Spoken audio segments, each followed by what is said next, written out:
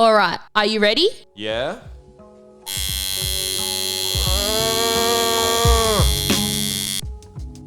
This episode is brought to you by Carlisle Tattoo Co. Bold, bright and everlasting. You can find us at 178 Carlisle Street, St Kilda, Melbourne, Australia. Hello and welcome back to another episode of Carlisle Studios. Hello. My name is Hal Hunter and once again I'm lucky enough to be here with... Your beautiful, amazing wife, Bella Hunter. You couldn't have said better than myself. That's because I said it. We are sitting in my station area today. You can't see it because we're not filming, but... Hal's already getting lazy. Yeah, well, you know me. Nah, I'm trying to figure out the filming situation. So for everyone who keeps messaging us, asking about like where you can watch it and the video side of that, trying to get that sorted. Have a little bit Wi-Fi issues at the moment. So it's in the works. Yep. Don't come for us. But for now, you can just listen with your ears. Well, yeah, the main reason is Hal didn't want to put his makeup on today, so... Yeah, definitely. So we're going to kick it off with... The weekly recap. Hit me up, babe. What'd you do? I always tell myself I've got to like prepare what to say and then I don't. No, and never. Now I'm sort of can't remember what I've done. I just look through my photos, but I haven't really had that exciting of a week, to be honest. I've had a really good week. I actually think I was thinking this the other day, since the day before I went to Sydney. Yeah, you've been on a roll. I feel like I've been on a roll with the tattoos. Like you have, I can tell. They look nice. I've just been feeling it. I've had like customers. Been feeling it. Yeah. Customers like being super open and... Yeah, you get to do like fun ones that... Yeah. Like if you have an idea, like they say, oh yeah, I want an eagle. You can be like, oh sick, how about we do this with it? And they'll say yes. So it started with obviously the forehead tattoo, which I think we spoke about last week. Which I think because people keep asking me about that. And I actually think it's like doing one of those tattoos, which is the skull, which sort of starts where his eyebrows are and is essentially just in the middle of his forehead. It's on my Instagram if you haven't seen it or anything, but go have a look. I think... That was such a plug for your own Instagram. Go have a look, follow me if you don't go. I wasn't saying that. I was just saying to give yourself some context if you haven't seen the picture. Stitch up. I was thinking the other day that getting the opportunity to do a tattoo like that, it's like that might be the only opportunity I ever get to do a tattoo like that. Yeah, so you better hope it was a good one, and it was. Well, I really enjoyed doing it, but yeah, it's just definitely not... It's not a super common request, is it? No. I can't say I've ever tattooed a forehead.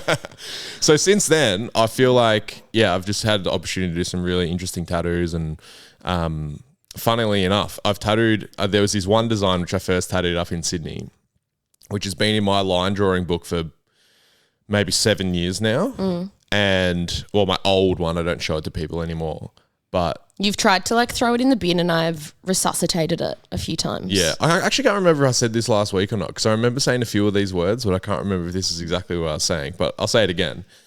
And no one got it for years and then I was able to tattoo it, fortunately, up in Sydney and I've tattooed it 2 times since then. But that always happens. I've got things in my line book and I reckon every single tattooer would. You've got stuff in your line book that you would love to do and no one picks and you're not going to force it on someone.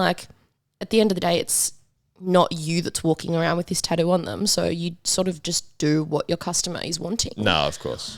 But and then one day someone might just pick it and it's the best day ever. But do you know what the worst is?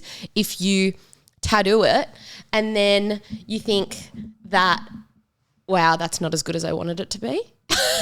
And you've been waiting all this time to do the tap. Yeah, you're like, I don't like it now. I haven't done that, You're fortunately. like, fuck, I'm a bit over this. Felt like I was on a little bit of a roll with the tattoos, and now that I've said it, it'll probably end. Went surfing on the weekend with my good friend Ariel. And what did he do to himself? We caught 2 waves each. Hey, this is the second time he's gotten a... I know, but he doesn't know because he doesn't listen. I know, we're going to have to force him to. So we just me and him out at my favourite wave down near where we live, and which is I'm not going to tell people. I'm not like a. You're like one of these guys. I'm not a gatekeeper when it comes to waves, but I don't know if we've lived down there long enough for me to be spruiking all the waves down there and telling people. Oh, you don't want all the local surfer guys to hate you for shouting out the wave on your podcast. Well, I just don't want to run into any dramas in the water. Fuck, you sound like a wanker. Anyway, me and Ariel were surfing, caught 2 waves each. It was actually pretty good conditions. And then he smashed his head on his surfboard, and was it on his surfboard? It couldn't have been from anything else. He couldn't remember. There was a lot of rocks around, but just the way from the picture I've got of it, which I would put on my Instagram, but I feel like it would get deleted. I literally woke up because Hal goes surfing he leaves the house maybe 5:30 or 6. So I woke up 7:30 or something to a photo of Ariel's bloody head, just blood all down him, being like, what the fuck have you guys done? Yeah. So anyway, then that was He's fine. 5 stitches. End of that surf session. 5? Yeah, he got 5. Yeah. Sort of in the side of his forehead. But silly sausage. That was fun. I've been really trying to progress my surfing. So I've been getting on the surf skate a bit, going to the skate park. For people who don't know what a surf skate is, can you explain? It's it's a skateboard, obviously. Yeah, obviously. With a unique front truck, which is what the front wheels are attached to. That also moves. Instead of just moving side to side, it turns front and back as well. So you can semi-rotates. You can turn very tight radiuses. And I was very skeptical of them because a lot of people were recommending them to essentially do out of water surf practice. And I was like, whatever, I'm just going to get one. And it's been the biggest help. So every single night we get home from work and Hal kicks off his shoes and gets in the driveway with his little surf skate and goes up and down the driveway and I show everyone at work what he does, but he literally practices his turns and does the whoopah, and it's really funny. Yeah. Well, I'm not getting in the water every day, so I've got to do something. Nah, I really like it. I think it's great, but it is really funny watching you do it. And how your little fingers are splayed out as well. Oh, it's a bit corny, I know that. But you know what? It's so cute. I'm not going to worry what people think, Bella, because I'm just trying to progress myself, all right? So you can be a hater if you want. I'm not hating. I support it. Anyway, what was your most recent week activities? Fudge muffins. I really don't know. I really still feel very average from getting knocked down with COVID the other week. Yeah. So mentally, I'm not all there. Still not all there yet. But I actually started the week. I think it was the start of the week with a foot sleeve. Did you start a foot sleeve? Oh, sort of. So technically you started it. We both have started it. So Hal did one of the pants you get on the eagle foot as well. and the eagle, which is above it. Yeah. Sorry, I'm showing him the photo as I'm doing it. Anyway, so it's a guy who's been tattooed by Hal and I previously. And Hal's other customer who has got the foot sleeve, that was where he drew his inspiration from. Okay, I like that. Yeah, so he wanted to do the same thing, but we're just doing all black. So we did some nails near the Achilles. We did chain on the inside bit of the lower bit uncommon spots. Yeah, very strange spots to put them. And painful. Oh, incredibly painful. But he sat like a bloody legend. And then we did some never forget on Yeah, I saw that. The I don't know where lettering on the front of the ankle. Yeah, so really tricky ones. And he sat amazingly. So that was fun because it was very different. And it was a bit of a challenge. And then now I'm just looking through some videos of Hal at the skate bowl with his surf skate. Then I did some day rates as well, which were really good fun. I love doing them. You did. You've done a lot of tattoos in the last week. Yeah, I've got a day rate today and tomorrow as well. Really? Yeah. Do you just charge day rates these days? Yeah. You're just you want to book in sick full day? Oh, yeah, cool. You want a palm size? I'll just charge a day rate. Full day only. Yeah, obviously. So right, nice. They're good ones to look forward to. So we're saying sort of non-eventful weeks. Not crazy eventful for me. I'm still a bit not for me either, to be dead honest. inside, so I'll give you something interesting next week. We'll move on then. So we had a few episodes planned and stuff like that, but when we put out the other day, we put out a thing on social media just saying questions you want to, I guess an ask me anything style thing, which we've done on Instagram before, but we're going to answer them on here. And Hal doesn't know so I screenshot both of them from his Instagram and mine. Yep, I didn't read any of them. and he didn't read any of them. So I have selected about 25 to 30 questions. Yeah. And so you're going to get his raw, unedited, unthought about responses. Which could be bad or good. I think it'll be good. But yeah. Because you don't have time to be like, oh shit, is this the right way to answer this? Well, I'll think about it. But yeah, great, massive response on that. So thank you very much to everyone who sent through questions. A few hundred questions and stuff. So we're probably obviously not going to answer all of them, but and there were a lot of like repeat questions as well. We'll come back to the ones we don't get to in future episodes and stuff like that. But and some of them I think would require some more in-depth sort of answers and stuff like that. Yeah, that if we aren't getting like answering it today, we are probably planning on doing it in a future episode where we want to elaborate a bit more on the answers. Definitely. But yeah, feel free to always send us through questions or reviews or abuse or whatever. Yeah, I like the abuse ones. It keeps me on my toes. Message anything. Yep. All right, hit me, Bella. All right, number 1. I'm not going to say who they're from because some people don't like it. You said that last week. Tattoo artists but bad at drawing possible? ? That's weirdly worded. Isn't it? Yeah. But I like it. Yes, definitely possible. I would say it's absolutely possible to be bad at drawing and be a good tattooer. Yes. Yep. Partially will depend on what style you want to do. So, for example, and look, I'm not super well educated in some styles like realism and shit like that. I've had I'd have less of an idea than you. Very little exposure to that sort of stuff. And this is definitely not saying that people who do realism can't draw. But if you're doing like legit realism, which is like you're replicating a photo or an image. Yeah, so generally like you trace the image, you trace like the main aspects of like it and it's shade and whatever. It's like, you're not necessarily drawing it initially. Like you've got a photo there. It's like you're just replicating. So there's probably less drawing required in that. I think when it comes depending on the design, traditional and stuff like that and Japanese, I definitely think initially you can have very little to no drawing ability and be able to learn that and progress and become a good tattooer. I definitely think like a drawing ability helps obviously in your progression. See, I think like I would not say that I'm a good at drawing at all, but when I started my apprenticeship, the main thing that Hal got me to do was to trace designs and like understand the fundamentals of the design. And I feel like understanding and learning why there's a bloody ear there and where it comes from and stuff. You learn to draw first. Yeah. And before you start anything else. If you're already a better drawer, then that progression will be quicker. But sometimes I think if people are really good drawers, they try to get their own style into their line drawings when they don't know the fundamental reasons as to why you're drawing it. It can go either way, but... So no, you don't need to be able to be a good drawer to tattoo. It may help. You don't need to, but I think, you often people in all things in life, people love to look at the people who are...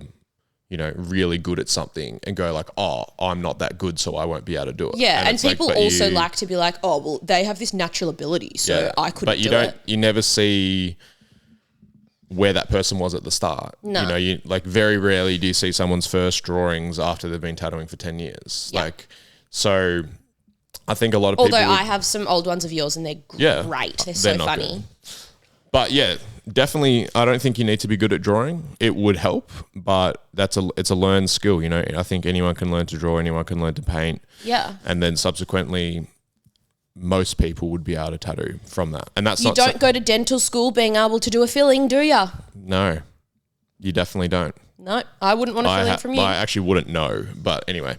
All right, next question. What do you think makes a great tattoo? Oh, gosh. And these are in no order. These are just in order that I've screenshot them in, so... Well, I'm just going to go off what I think is a tattoo that I like the look of, like what I would think is... I think that's what people want to hear, your opinion. Okay. Okay. Well, because there's always two sides. Some of these questions have been very directed at Hal. Like the opening sentence is Hal in big capitals. So I feel like I'm not allowed to talk in those ones. No, you chime in. Hal, what do you think makes a great tattoo? Well, I'm going to answer this in two parts. First part, from a technical side... like the style doesn't matter to me if I'm looking at a tattoo and I'm going, is that a good tattoo or not a good tattoo from a technical standpoint, like application wise? So, well, it depends on what style I'm looking at. But firstly... Okay, let's go with traditional because that's what you do. Okay, but firstly, if I'm looking at any tattoo just through my feet or whatever or on someone's body, I'm firstly going like, is that actually well done? You know? And what to people who don't know anything about tattoos, what does that mean? Well, it depends a little bit on style, but I would say mostly like the shading smooth, the lines are clean, which means like they're consistent, they're all the same thickness, it's smooth on the skin, it's all healed well, that sort of shit. Mm-hmm. So like a technical application is perfect. But then personally for me, tattoos that I like are bold, which means like predominantly would have a thicker outline, heavy black shading. Color or black doesn't really bother me. Like you can still make a color tattoo look super bold and stuff like that. And with our tattoos, we put quite a bit of black in the color ones. Exactly. Whereas a lot of other tattooers might not. But I think what makes a great fundamentally a great tattoo, especially a color traditional one, is quite a lot of black. Yep. And then for me personally, I want it to be readable. Mm-hmm. So like, I want to be able to see what it is from a bit of a distance. Well, yeah. I mean, if you get into like larger scale stuff, you know, that are more involved, that can sometimes be a little bit more difficult. Like if you're trying to look at someone's whole sleeve and it's like really involved, it might be a bit difficult to see from across the room. Yeah, if you've got like a snake on your forearm, I want to know that it's a snake if I'm standing like 3 meters away from you. I don't want to be like, oh, what's that worm crocodile? Bold, readable, technically applied well, and heavy coverage. Yeah. That's what I like. So dense, you know, like it. If you're standing there and you've got a back piece, I can see that your whole back is tattooed. Yeah. Not like, oh, do you look a little bit tanned or something like that, you know? Like I want it to look like, fuck, that's a tattoo, you know? Yeah, I agree. But that's just my personal opinion. Some other people might not like that style, but that's the style that I like. So yeah. Okay. Next question. You ready? Sure, I'm ready. Oh, this one, I will say, is from Swift Tattoo Removal, who Hal is currently getting some laser removal from. Mm-hmm. And it says, how bad does tattoo removal hurt, with a crying, laughing face? I think she's having a stab at you. Thanks, Kelly. Very much. It hurts a lot. Surprisingly, it hurt me. So I'm getting, from Swift Laser Tattoo Removal. I believe that's Swift Tattoo Removal. Sorry. He's checking your name on Instagram. On Instagram. So everyone go check that out. Great results.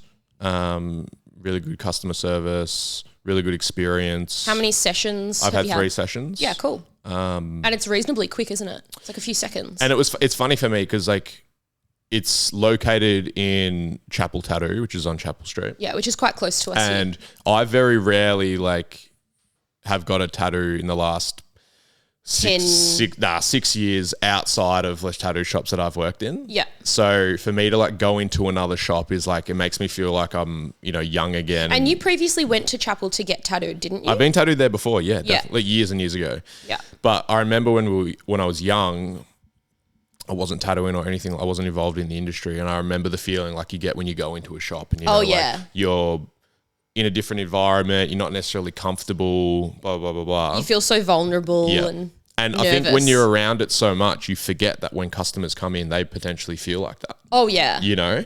And so I felt like that. Well, I still do sometimes when I go into Chapel, but yeah, Kelly's really nice and everything like that. So I'm getting the spider that's on my side of face, upper cheek area. We're going to go in. So there is another question that ties into more of this discussion later. Oh, so you don't want me to go into the details? So no, don't go into the details yet. So to answer the question, how bad does it hurt? Really, really badly. Would you say it's worse than the tattoo? 100%. That's what most people want to know. So for me, for the first session on the spider took 7 seconds, and I was contemplating halfway through that asking her to stop and give me a break. I can't laugh. I haven't had any removal done, but it was bad. I'm shocking at even getting tattooed. So I I'd die. But I think it's also like you don't know what to expect. But the second time it was a lot easier, and the third time it was even easier because you you're prepared for it mentally. So I remember when you went to the first one, I really wanted to come because I wanted to see how it all like was, and I wanted to see how you handled it. But I was like, oh, it's probably a little bit inappropriate. Like, this is Kelly's job. She probably doesn't want someone hanging around being like, oh, so what's this? But I was also finishing a tattoo. So I finished my tattoo and I drove up and picked you up when you were finished. And you were standing out the front, rattled. It really did rattle me. I had to lie down in the car on the way home. So kudos to anyone who's got large scale. Yeah, you did. You had to have like a little recline the chair. If you've got large scale laser removal work done, like fair play to you. But yeah, if you're thinking of getting a tattoo removed for whatever reason, or you want to get some quotes or information or advice on options around lightening a tattoo or getting it covered or whatever, flick her a message and she'll get back to you with all the info. And Kelly will send you the invoice for this plug after the episode. Yeah, true. She didn't know it was coming, but she'll know when the invoice comes. Absolutely. All right, next question. What's the biggest piece of advice for someone trying to get into tattooing? Ooh. I like that you don't know these questions because I can see your face and you're like, oh, Bella. There's a lot. And to be fair, I get asked this a lot. I don't know why. I do sort of have a idea as to why, like, because I'm previously have been quite open about advice or recommendations on what I think the best course of action is to take to get into tattooing or to, put yourself in the best position to get an apprenticeship long term or whatever. What was the question again?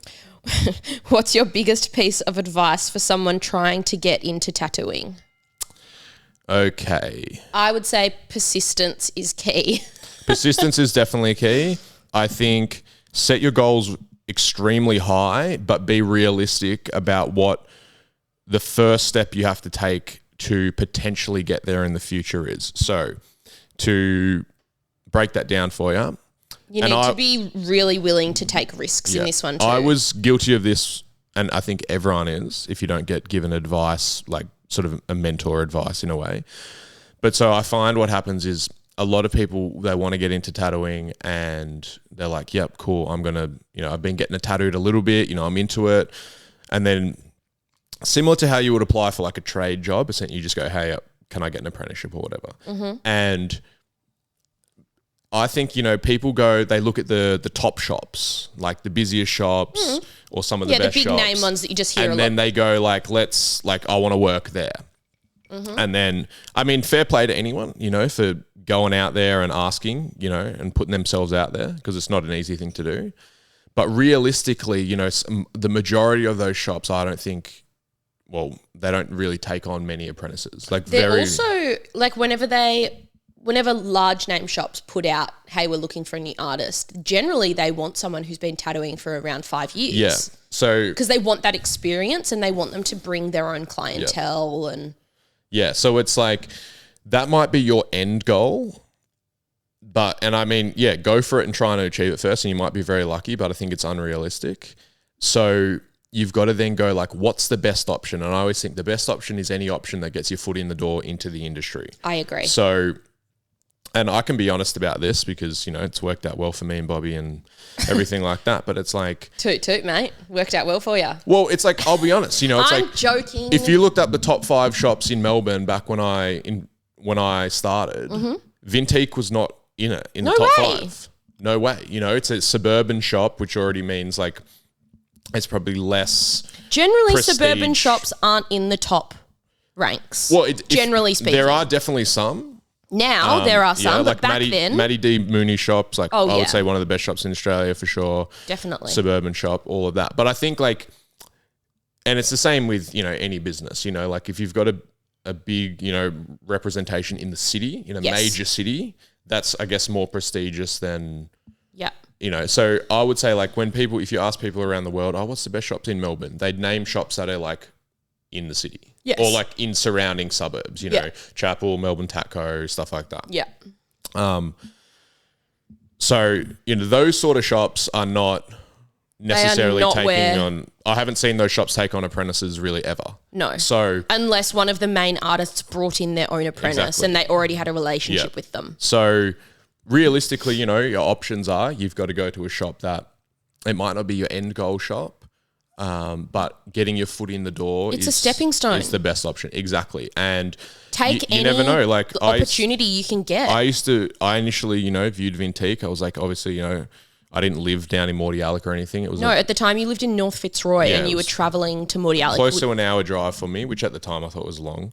Yeah. And I'd always thought, you know, like, oh, cool, I'll work here and then I'll, you know, go to another shop in the city or something like that. And ultimately it was like... You fell in love with Bobby. I actually never wanted to leave. I ended up working there for 6.5 years and I only ended up moving to do this because... You and Bobby had an idea Bobby together. wanted to do it. So, you know, and that shop's gone on to produce, you know, lots and lots of... Well, not lots and lots, but a handful of really good tattooers. It's a super, super busy shop. But you wouldn't know about it if you just Googled like best shops, you know. Yeah, it wouldn't come up on the Exactly. first page of Google, no way. So I think, you know, set your sights really high because,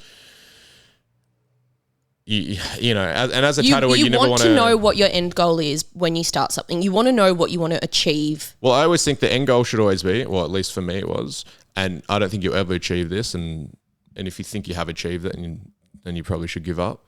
But I think it's like your goal should be to be the best tattooer in the world. Yes. And you should always want to be better than everyone else. Be busier, have more clientele, have more opportunities than anyone else. And put yourself in a position where you can actually make those things happen. And that doesn't mean you have to be a dick about it or be way. arrogant about it or anything like that. But I think, and I was saying this yesterday to the guys down at Vintique, we were just having a conversation about stuff, and I was saying like realistically, you know, like everyone in this shop should think that they are the best tattooer or they have the ability to be the best tattooer, you know? Mate, this is like manifesting. This is literally reckon, what it is. I reckon. And it's like, and, you know, applying for an apprenticeship or trying to get one, I think it's super, super difficult. Yes. And it can be very disheartening. So it can be disheartening for both parties, let me just say. It is so awkward to say to someone when they've got their folio in front of you and they're bloody showing you everything they've worked so hard on, and your response is like, I'm really sorry, but we just don't have any room. And that is the truth, but they might think that you're just trying to be like, get the fuck out. Yeah. That's really awkward, but it is way harder to go into someone and be like, hey, I want to do this, and they might just rip you down a few pegs. And everyone's different, you know. Everyone who's in a position to take on apprentice would have different views on this and stuff like that. So don't just take what I say as gospel. But I'd almost say, you know, and I think it's like, and I think this is like,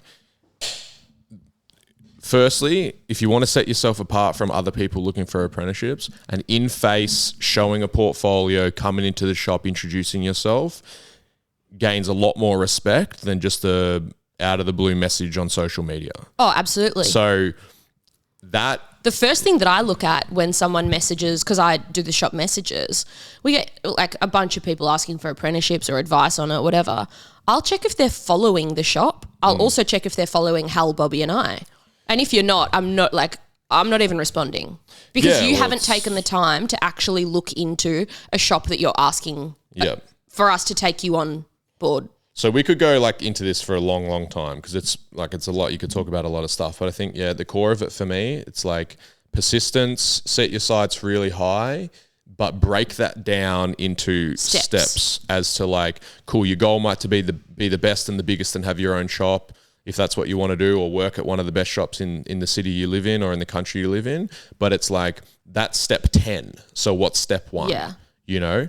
And like before you hit step 10 of owning your own shop, you probably want to work at a shop that is run really, really well for at least 5-6 years. Well, I would say like... As like a professional, to not get an into apprentice. tattooing, I shouldn't have said, sorry, owning your shop. I think to get into tattooing, owning your own shop shouldn't even be in your mind, because the goal should always just be to learn how to do good tattoos. And I think a lot of people don't actually understand. They think that owning your own shop and running it and whatever is so easy.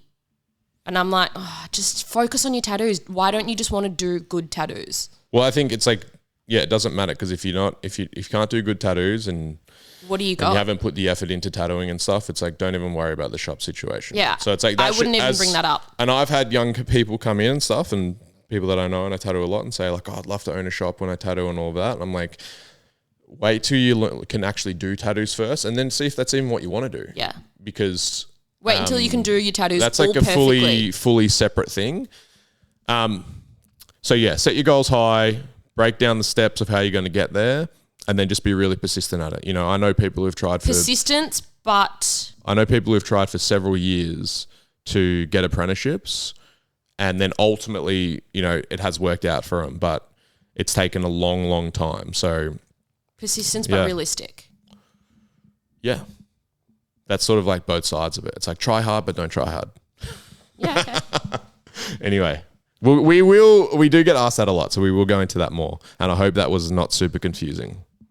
I'm confused, but I always am. Yeah. Anyway, next one is please talk about the cobweb tats. I want to get one, but I know they are controversial. Well, I think that depends on where you're from in the world and how old you are.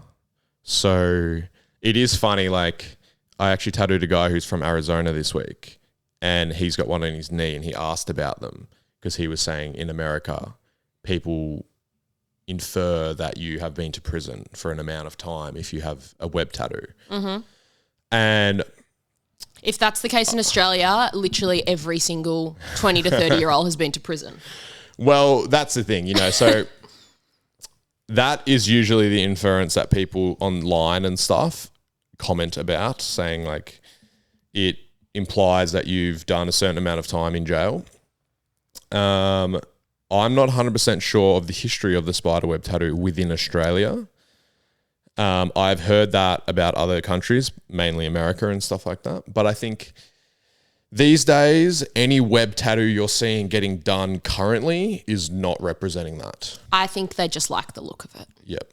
So it's become, and I think like a lot of tattoos, you know, like historically have represented certain things, and they might still represent that to some people, but now it's more so an art form, and people are getting things that they like the look of. And I guess those sort of connotations associated with certain designs aren't necessarily there anymore.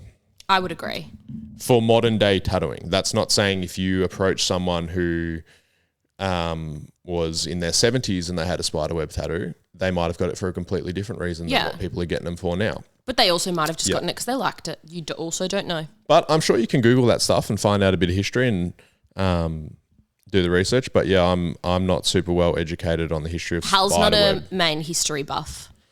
No, like I know some stuff about certain designs and all of that. But yeah, the history of the web and stuff. I know certain things based on what I've heard about, you know, prison time and all of that. But I can assure you that 99% of the people I'm doing them on have not been to prison. All right. What's better practice, painting, flash, or drawing? Well, it depends what you consider painting, because we use the term painting to very loosely. You know, some paintings I've done have actually used no paint or no ink. They're just pencils and I'm pretty lazy with my painting now. I used to do painting with inks and paint, mainly inks if I'm doing flash. And that was because that's what Hal, when I was learning how to tattoo, told me to do, because it was the best thing for me to learn. But now, because I don't have as much time, because I choose to tattoo more throughout the day, I would just use pencil and like marker to do my flash, because it's faster and I can still be able to put it up on the wall and it not look absolutely terrible. Is this a what's better practice question? Yeah, what's so like better to practice to I'm going to become a tattooer? That's what I'm assuming. Painting, definitely, I would say for that. So the reason like you would not see me doing many paintings at the moment is partially time, and I'll draw every single day that I'm at work. I draw, you know, designs out the back and stuff like that. But because I already have, and any tattooer who tattoos full-time professionally should have this anyway, because you've done the paintings previously and you've done X amount of tattoos, you know where the shading goes. You can look at a line drawing just as it is, outline only. You don't need to sit there and do a colour study of every single tattoo. You know how you're going to shade that. You know where to put the black, you know where to put the red, you know where to put the yellow, all those sort of things. Yeah, and you're not having to check a reference while you're tattooing and be like, oh, is that line in the right spot? Oh, where am I putting the yellow in this? That's it. So it just comes a bit more naturally after practice. And you gain those things, I would say, from doing lots of paintings and then ultimately doing lots of tattoos. So best practice is doing paintings, doing a mixture of black and grey, colour paintings, because I would say that's like when I'm teaching someone to tattoo and taught you, Bella, is like you do the paintings so that when you go to do your first tattoo, you're thinking about the technical application. You're not thinking about where does the black shading go? Where does the yellow go? Where does the red go? You already know, oh, cool. If I'm doing a panther head, it automatically the black goes here. The tongue's red, the eyes can be yellow, green, whatever you want them to be. So, and also doing these color studies or whatever and doing your paintings and drawings, it helps you to think on your feet and you can change up where you put things because you know the fundamentals of what you need to do to make it actually look like, for example, a panther head. I agree. So I would say they're both the best helpful. Practice, and I think you should be doing both, but I would definitely say drawing to start because you need to understand. Drawing's a hard one because it sort of depends. I'm not 100% sure that this is directed at wanting to do a tattoo. They just might want to learn how to paint well or draw or be better drawer or whatever. Yeah. I would still say the paintings. Yeah. You get something better at the end. It's more rewarding. But what if you have a shit line drawing to start with and it's clapped out? Well, but if you're doing a painting, you have to be doing the drawing anyway. Yeah, so what's more important? Well, I say you start with step 1 and make sure that's perfect and then you move to step 2. I would say, as a whole, the painting incorporates the drawing and the painting. If you're just drawing, you're only doing one element of it. So it's like... Yeah, no, I think they're both just as important as the other. Well, I would say doing the painting, you have to do both anyway. So yeah, well, your way, you might have a clapped out drawing. We can agree to disagree. Okay, fine then. This is what it's like living with us. Yeah. Can you ever have too many animals on a full arm or leg sleeve? I actually run into this issue a fair bit with customers because it is very common. It's like people come in, they go, I want an eagle, I want to get a dragon, I want to get a panther, we'll do a wolf head, we'll do a snake head, shit like that. So then it's like, fuck, you've got 6 animals tattooed on your arm and nothing else. I think, yes, you can have too many, of course, because if you have only animals on your arm, people might think like, it's like a little zoo. Have you got a zoo theme going or something like that? Yeah, because dragons are in zoos, aren't they? But I think it only takes 1 or 2 other tattoos to break it up, And I agree.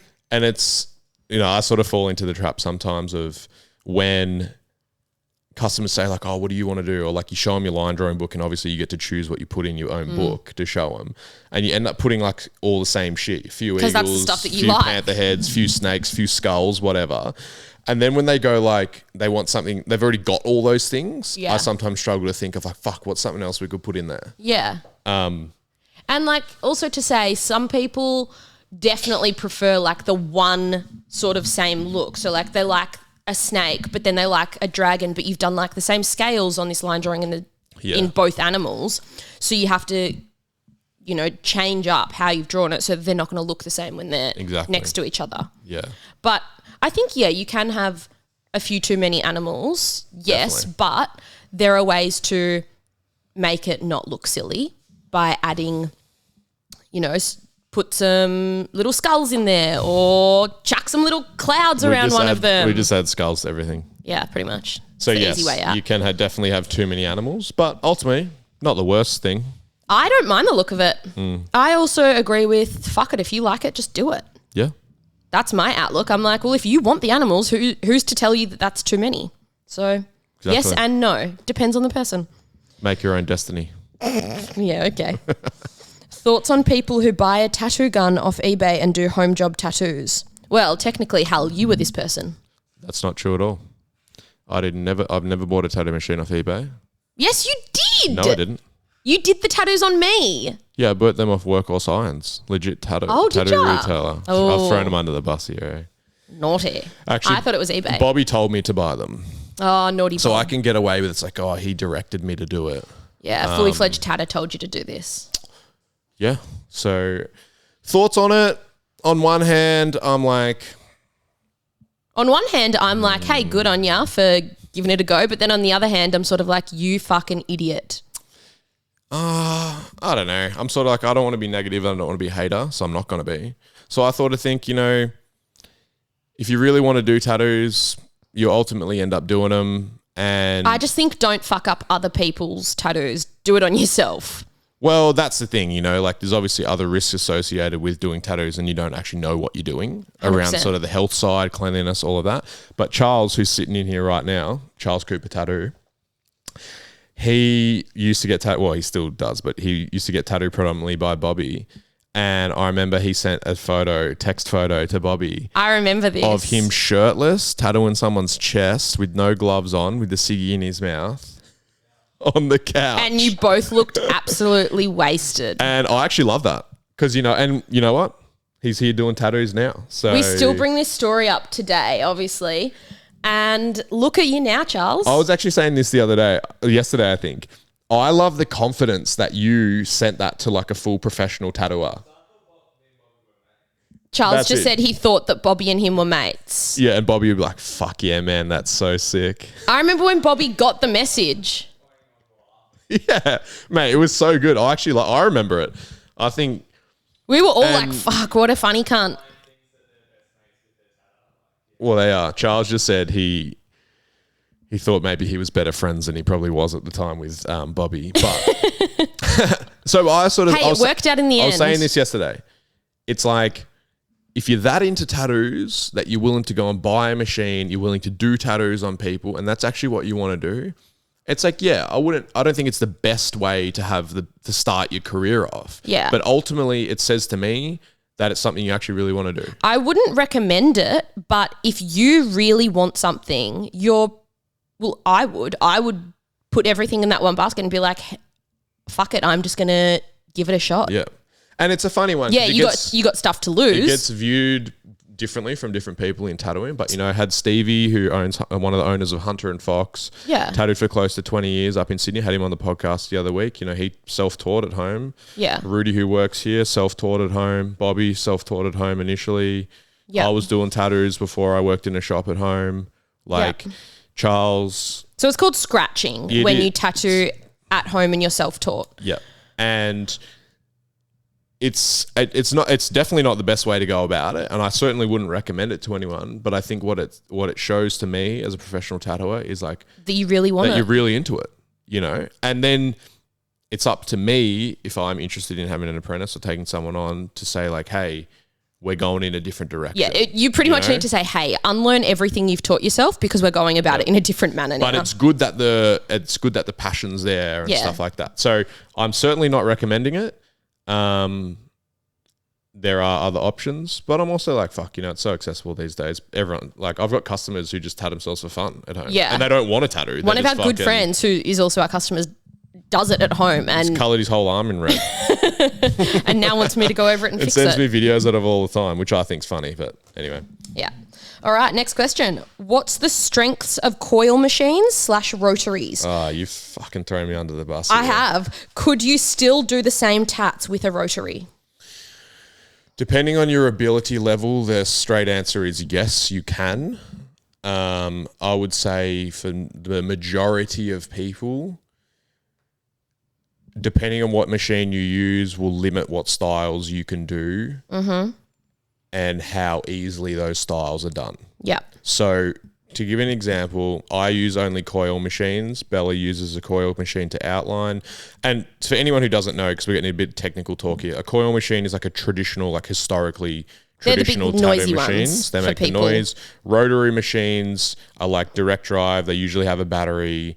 It's a little plastic motor essentially and just runs up and down. So I use both. I generally use a rotary to shade because I think that it's a little bit more gentle on people and... Well, see, I think the opposite. Yeah. I think because it runs on a direct drive, there's no give in it. So it's it always goes to the same depth, etc. That's where it comes down to, like, how quickly do you want a tattoo? How, I guess it just comes down to your actual application, how you want to do it. So I always found, for me, rotaries don't run fast enough. So I had to run them harder, which means it's either more painful or more traumatic to the skin. See, with the rotary that I shade with at the moment, all of the guys in the shop say that it's they can't believe that I still use it because they think it's super slow and they can't pack in colour. And I'm the fastest one in the shop. So I have no issues with it. And there's no issues with the healing of the tattoos after it. They come out But it great. works for you. But I don't personally like using them. I think it's a personal opinion. I've never used another rotary machine other than the one that you use. That I'm using. And it's actually called the one, isn't it? Yes. Anyway, so, and it depends. I've seen people do perfect portraits with coil machines, but 99% of people who do portraits use rotaries. So it depends. I think it depends on the style that you want to go for and the end product of what you want your tattoo to look like. And I think it also depends on the needle size that you want to be using. Exactly. And you can use a machine that's not perfectly suited for the style you want to do and have a great tattoo, but maybe if you're using a different type of machine, you might be able to do it twice as fast, or might be half as painful or something like that. So that's why you see a lot of tattooers, they chop and change different machines. They try different things. They go, this one's better for this, one's better for that, sort of that stuff. So I personally prefer coil machines, but that's just a personal preference. I would never say never in a way, but I have no plans to do an outline with a rotary machine. No, I have done before, and I just didn't like how it felt, didn't like how it went in, didn't like the speed that it went in, stuff like that. So that's more so personal preferencing and a sort of explore yourself once you're a tattooer to figure out what the best option for you is. Yeah. All right, next one. Have you ever experienced imposter syndrome during your tattoo career? I would say every single fucking day. What's imposter syndrome? You know what imposter syndrome is. You had to define it to me the other week. Do you want me to get the actual Google definition? I'm going to Google definition it. I have in my mind it's where you're doing something that you feel like you shouldn't be doing. Imposter syndrome, also known as imposter phenomenon or whatever, is a psychological occurrence in which an individual doubts their skills, talents, or accomplishments and has a persistent internalized fear of being exposed as a fraud. Thank fuck I read that correctly. Okay. There are a lot of big words in there. I would say every single day. Initially in my career, yes. Not anymore, no. I still get it and I hate it. And I come to work and I'm sort of like, why are people thinking that I'm a decent tattooer and coming and getting tattooed by me? No, you do good tattoos. No, like I'm happy with them, but I'm like, fuck, how did I get here? No, I don't anymore. And I think that's partially because I've tattooed every bit of the body, so I'm confident that I've experienced that. I'm also confident in, like, I haven't tattooed every bit of the body, like I haven't done the forehead, whatever, but if someone walked in right now and said, hey, I want to get a tat on the side of my head, I'd be like, sick, let's do it. And I'd be psyched. Then why are you getting imposter syndrome? Because I'm like, well, fuck, why aren't you just asking Hal to do it? He's way better. And then they go, we doesn't have time to do it. Hal wanted to say, sorry, Hal's booked, but he didn't want to sound cocky. I didn't want to say that, eh? Yeah, you didn't want to sound cocky. I would say that to you normally, but then I sound like a fuckhead on this podcast. You are a fuckhead. I've already said it. I'm going to have to edit that out. Nah, we don't edit them, so... Yeah. Have you ever experienced imposter syndrome? Bella has, Hal has not. Hal obviously thinks very highly of himself I have. now. When I was younger, I'm saying. But now I'm more confident. And the confidence isn't just about doing tattoos. See, but I have very high confidence in myself and for no good reason. I just am very comfortable with who I am as a person. And if you don't like me, sounds like fine. You don't have imposter syndrome. But with my career, I do. Me as a human, I'm like, fucking I am who I am, like it or leave it. I don't know. But work, I'm like, fuck, there's so many other people who are so much more knowledgeable. And maybe it's because I don't have it because I'm working in a comfortable environment. Definitely I would feel less comfortable if I went and guest spotted at a different shop with people that I haven't met before and all that sort of stuff. Then you're sort of like, fuck, like, do I do the right shit? Am I doing it all correctly? Okay. Are they looking at me? I've actually just thought about this a little bit more. I think I get it. Mainly because, and this is going to sound like poor me, which I hate that. But I think I get it a little bit because generally Hal's the hype guy. everybody, his face is dying right now. What? Everybody loves Hal. And That's Hal not is true. like, That is not true. just shut up and let me talk. Hal's like the amazing tattooer, the footy guy. He's, the pump up guy, the best man in the world. And I'm just sort of like fucking Hal's old bag, scraggling on the floor. And that is not true. yeah, Bella. You're making me sound like the most vain dickhead ever. You're not vain. You are definitely not vain. But in situations like that, like there have been many times where we've been standing in a conversation with another tattooer or whatever, and they'll talk to you as if you're the fucking sickest cunt, and then they're like, oh, who are you? Or they won't even make eye contact with me and even introduce themselves. I don't remember any of those. But that's anyway. bullshit, and you are lying right now. No. But yeah, I feel like I'm just sort of like hanging on in the back sometimes. No, you're blazing your own. And tagging along to your I'm going to hype you up here, Bella. No, don't. I'm going to hype you up. Okay, next question. Have you ever felt, and this is where I said we would go into this question later when we were talking about the Kelly Swift tattoo removal. Yep. Have you ever felt judged for your tattoos / career choice? If so, how did you deal with it? Do I throw my mum under the bus here again? I reckon throw your mum under. Career choice, yes, initially, because, and like every generation again would be saying they had it harder or it was less popular when they were, doing it. But I think when I started tattooing and stuff, it was obviously less popular, especially amongst my friendship group and stuff like that. Mm-hmm. And definitely not judged from my friends and stuff, but I think outside perception from older people and stuff was like, is that even a career? Is that a job? Like it definitely wasn't as socially popular as it is now.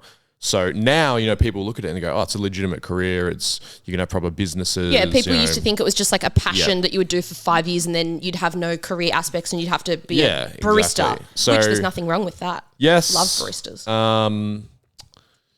And then on the personal judge on the tattoos, like, yeah, definitely. But again, like I'm sort of like, I wasn't born like this. I chose to look like this. So I'd be concerned if you were born like that. No, but that's what I'm saying. Like people can say, oh, you get discriminated against, or you get judged, and all of that. And, I think like, yeah, you do on certain levels, but it's like it was a choice to look like this. So why are you throwing your mum under the bus? No, I'm not going to go into that. She didn't want me to tattoo. Yeah, because she had certain perceptions of tattooing in the industry and her upbringing surrounded by her mum getting tattooed and stuff. So, but I can't. I feel like let's go into that on a later episode because now you made your mum sound mean. She's very supportive of my tattooing career. She's so supportive. Very supportive. But very interesting. My mum nor my dad have ever once asked me about a single tattoo I've ever got. No, and I love that. Well, your parents ask you about every single tattoo you've got. Yes, and I want to slap them. Yeah. Because I'm like, I don't know, Mum. I just fucking liked it. You do get judged, in certain states in Australia and stuff. Like you can't go into bars, you can't go to certain restaurants. Like you can't like go into the casino if you have like face or neck or whatever. Yeah, and that's like it's a little bit annoying, but it's also like, you know what, like I sort of get it. Yeah. Whether it's fair or not fair, it doesn't really matter to me. Like I definitely think the time you notice, if you're heavily tattooed, the time you notice it the most is when you go outside of Australia. Yes, when you travel. Yep. And it's very evident that through people like are staring at Asia, you. Europe, America and stuff. And I just think like, that high level of tattoo coverage is very common in Melbourne, particularly. Let me say, there are people who generally like to be the person being like, oh, sick, look at me and my tats. Like, for example, you're walking down the beach in Bali and you've got those like big buff guys that are like, fucking yeah, look at me tats, which is... Are you just stereotyping? 100%. But that is what these other people are doing about tattooed people. Okay. So, and then you have other people who have like a few tattoos and they're not trying to make it their whole personality. They just like the tattoos and they get them. And I have definitely felt judged in certain situations, but I don't care how other people view me. I just don't want you to come up to me and be like, oh, tell me about your tattoos, because I'm like, I really don't care. Well, that's interesting, that's why I'm getting the face tattoo removed, is I just got really in my head about it. Like I felt like, because people kept mentioning it, and I haven't for years had people mention a tattoo, but this one, like people, I don't know, it was obviously quite visible and whatever. They, I don't know, wanted to mention it or felt more comfortable mentioning it or something. So people kept bringing it up, like randoms and it's on the stuff. side of your face. Yeah, exactly. And then I just got in my head and I felt like everywhere I went, people were staring at it or like you felt like they couldn't have a conversation and look at you in your eyes without mentioning it.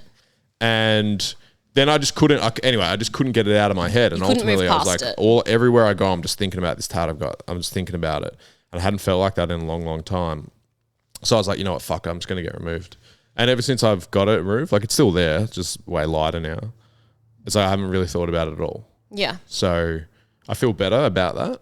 But yeah, definitely. Yeah, everyone gets judged. You know, you go, I think it's just human nature for people to judge people on what they look like. And I really and you just can't help it in certain situations. Like you don't mean to, and you're not doing it in a mean way. You're not trying to make fun of someone or make them feel bad, but you generally will have a first opinion of someone when you see them. It's like Cody the other week on the airplane got fucking butt searched in the airport. No one else did.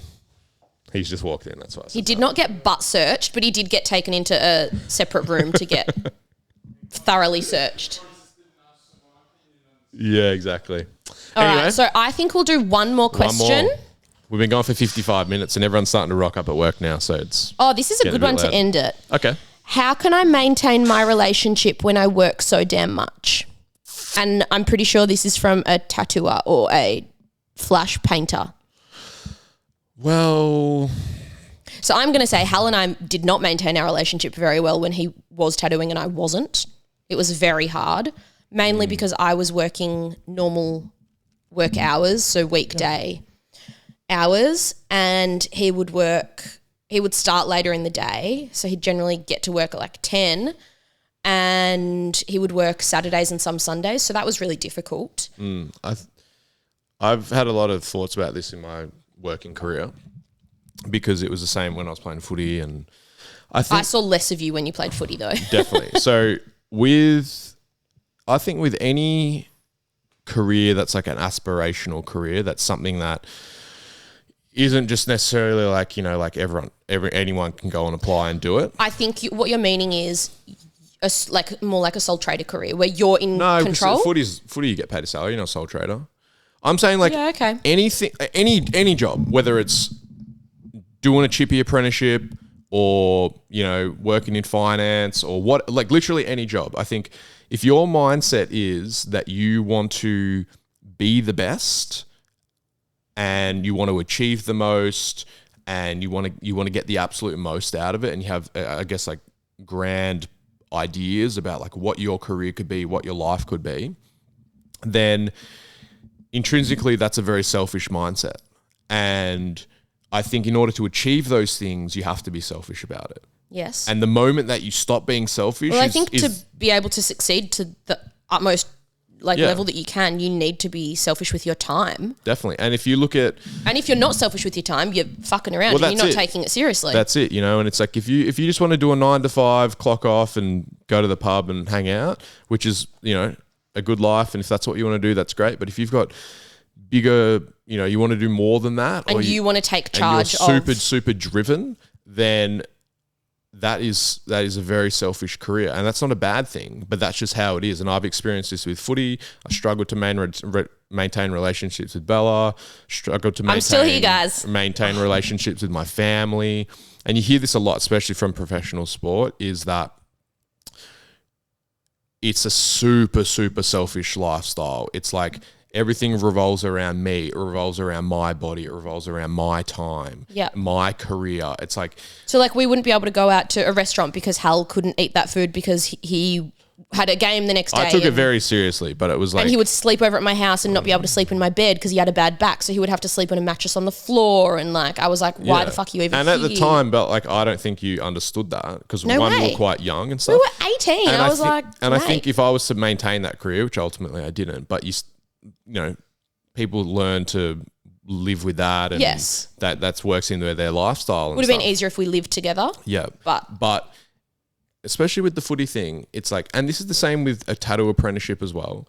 It's like when you're young, 18, or you're starting out your apprenticeship or your footy career, it is so competitive. And that's where it's like, it was like literally every thought I had when I was doing footy and then when I started tattooing was like, what am I doing this hour that's going to fucking get me to achieve my goals? Well, yeah, every single person that was on your team was competing to be better than you and get more, like be levels above you. Exactly. So it's like, yeah, they could be your best mates, but they want to beat you. And that's the same as tattooing. Like everyone in the shop, I want to be better than Hal. Good luck to me. But I want to be better than everyone here.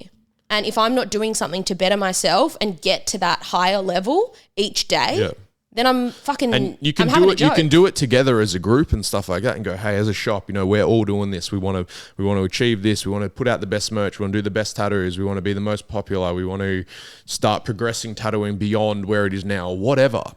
But it's like that's a selfish mindset, lifestyle. But it has to be if you want to get the most out of it. Until you get to a certain point where then you can be less selfish about it because you've gotten to a certain point and you can sort of pull back a little bit and like have a more balanced lifestyle, I would say. And I would never ever recommend to someone it's like fuck your girlfriend off or whatever and just focus on yourself. But I think the best way to go about it is to just be honest and say try to your partner, and involve them in why this is so important. Say to your relationship, say like, my goal is to be in the top 0.1% of people who do whatever I do. And in order to do that, it's like, I feel like I need to be putting this many hours in, doing this much work. I can't stop thinking about it. It's almost like an obsession. And if they don't understand that, well, then that's up to them. I think that's where you have more issues, where they don't understand why you want this career or this thing for yourself. But like, you can do little things. Like if you're sitting at home and you're painting or you got to draw for your tats, don't do it at 11 o'clock at night when they're going to sleep. But I'd say it's like, I think the hard bit is... but try and incorporate them into it. Be like, hey, well, why don't we sit down on like Sunday morning, we'll have brekkie together, you can do some work or you can sit there reading your book and like, I'm painting and we're at least like hanging out together. We're spending quality time. But it's like and I've dealt with a lot of people who've I think you just need to involve them in more of your life. It's easy to say that now because now you're involved in the thing that I was doing and you've taken it on yourself. And but when you were starting, when you were an apprentice and you were painting, I would sit there and hang out with you. No, you would, but you're also interested in that. I'm saying like, it might be hard, and I've seen this happen, is like if your work life, it's particularly based around work, obviously. It's like if your work life doesn't match up to your partner's work life, it can be very difficult. 100%. But I think if you do want the relationship to work, there are ways that you can go about it. Yeah, you can definitely do it. Like, for example, if they like cooking or baking, maybe you could sit at the fucking kitchen bench and paint or like look up reference or something and sit in the same room with them and have discussions and hang out while you're both in the same room and make it like a weekly thing. You could do that and it sounds practical, but just I'm going from my mindset is like when I was an 18-year-old kid, I was in my own world, Bella. Yeah, and I'm saying when I was an 18-year-old kid, I was saying, hey, why don't we do this and this and this? And I was trying to make it a bit more better for us. And you were like, well, no, because you were in that selfish mindset. I think both parties need to realise that, yes, you're being selfish with your work, but unless you want to lose this relationship or friendship, it's a 50-50 thing.